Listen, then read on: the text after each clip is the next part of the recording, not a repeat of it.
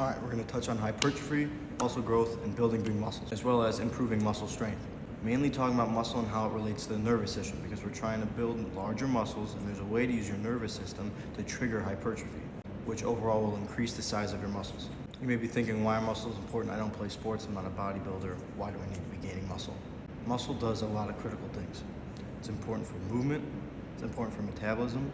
The more muscle you have, and not just muscle size, but the more muscle you have and the quality of muscle that you have, the higher your metabolism is, the healthier you're going to be overall.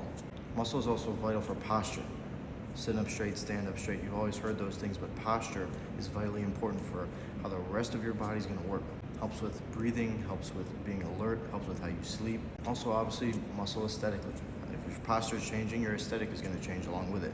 It's also going to change your mood. There's a lot that comes along with it. Most of you are interested in increasing your muscle size. That's the main thing most of you are looking for. And my goal is to help you guys learn how to do that naturally. You're going to hear a lot of different things. Certain rep ranges you should be in, certain percentage of weight you should be lifting compared to your maxes and things like that. The main thing I've learned for getting muscle hypertrophy is when I know roughly what my 1 rep max is. 1 rep, good form, good range of motion, what that weight is, and the 30 to 80% of your 1 rep max, that's the most beneficial range. That's what I've learned over my years of training to get muscle growth and strength. Now, it's also clear that you need to perform those sets till failure or get close to failure. So technically and scientifically, 5 to 15 reps of that 30% range per week, per muscle, that's gonna be the max and the most perfect optimal range of growth. That's when you start increasing your muscle strength and muscle size. This all includes full range of motion with all of your reps. If you want to generate hypertrophy, the goal really is not necessarily to move super slow, but to isolate the muscle to where you're not using momentum, rather than just lift the weight. If you start moving the weight too quickly, you're going to start distributing to other muscles, and other muscles that you're not trying to isolate are going to be working, and it's going to ruin the whole point of the set.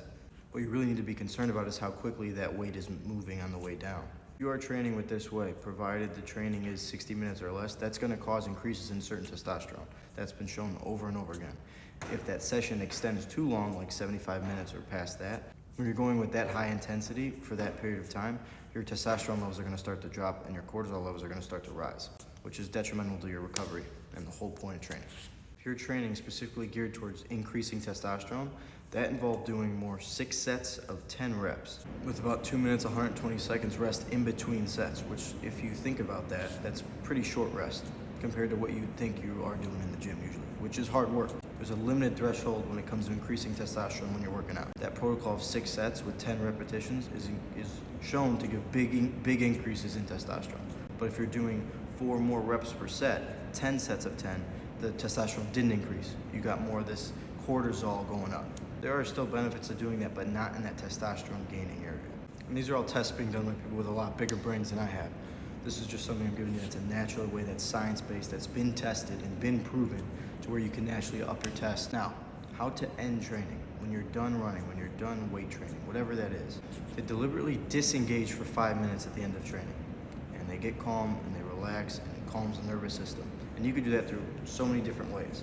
You could just sit and breathe, meditate, go stretch, things like that, just relax.